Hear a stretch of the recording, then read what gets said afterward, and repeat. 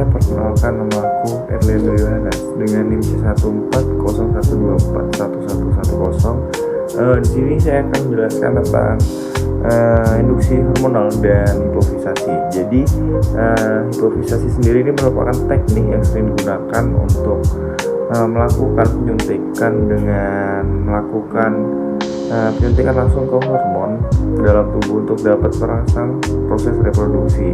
Jadi metode ini sering bekerja dengan memicu respon fisiologis yang mirip dengan kondisi alami tetapi tetap berada dalam kendali. Nah, penggunaan hormon ini dapat memicu seperti turunan gonadotropin yang bertujuan untuk mempercepat kematangan gonad sehingga produksi benih bisa ditingkatkan dengan waktu yang lebih singkat. Andriani et al. 2021. Hipofisasi sendiri merupakan kelenjar yang berukuran kecil. Perannya itu sebagai pusat untuk mengatur dalam sistem hormon tubuh. Lalu organ ini dapat diproduksi dan melepaskan berbagai hormon yang memengaruhi kerja organ lain. Lalu perannya itu sangat penting karena terlibat dalam menjaga kestabilan dan mengatur berbagai proses dalam sistem endokrin. Hu et al. 2020. Hipofisa ini dilakukan dengan cara penyuntikan ekstrak ke kelenjar hipofisis.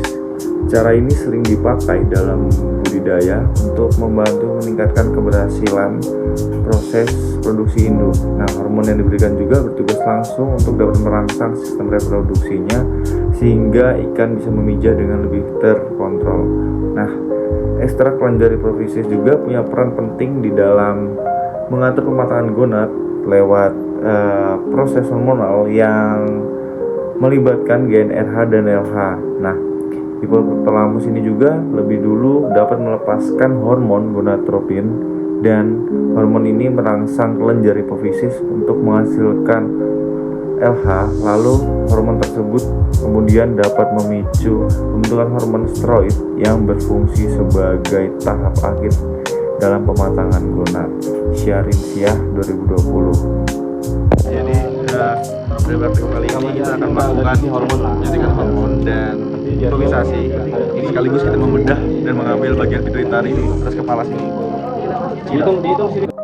Oke, pertama kali kita akan melakukan penimbangan di tahap awal untuk melakukan perhitungan untuk menentukan dosis yang akan dilakukan. Nah, lalu kita dapat mengambil hormon dengan dosis yang telah ditentukan dengan takaran, lalu kita dapat mengambil kembali larutan fisiologisnya. Setelah itu kita dapat menghomogenkan dan kita lalu menyuntikkan ke bagian ikan di bawah sirip dorsal pada bagian sisik yang ketiga, lalu kita melus-lus dan setelah itu kita dapat melakukan pemenggalan sehingga bagian kepala dan badan dapat terpisah. Untuk kita dapat melakukan pengambilan pituitari di bagian kepala.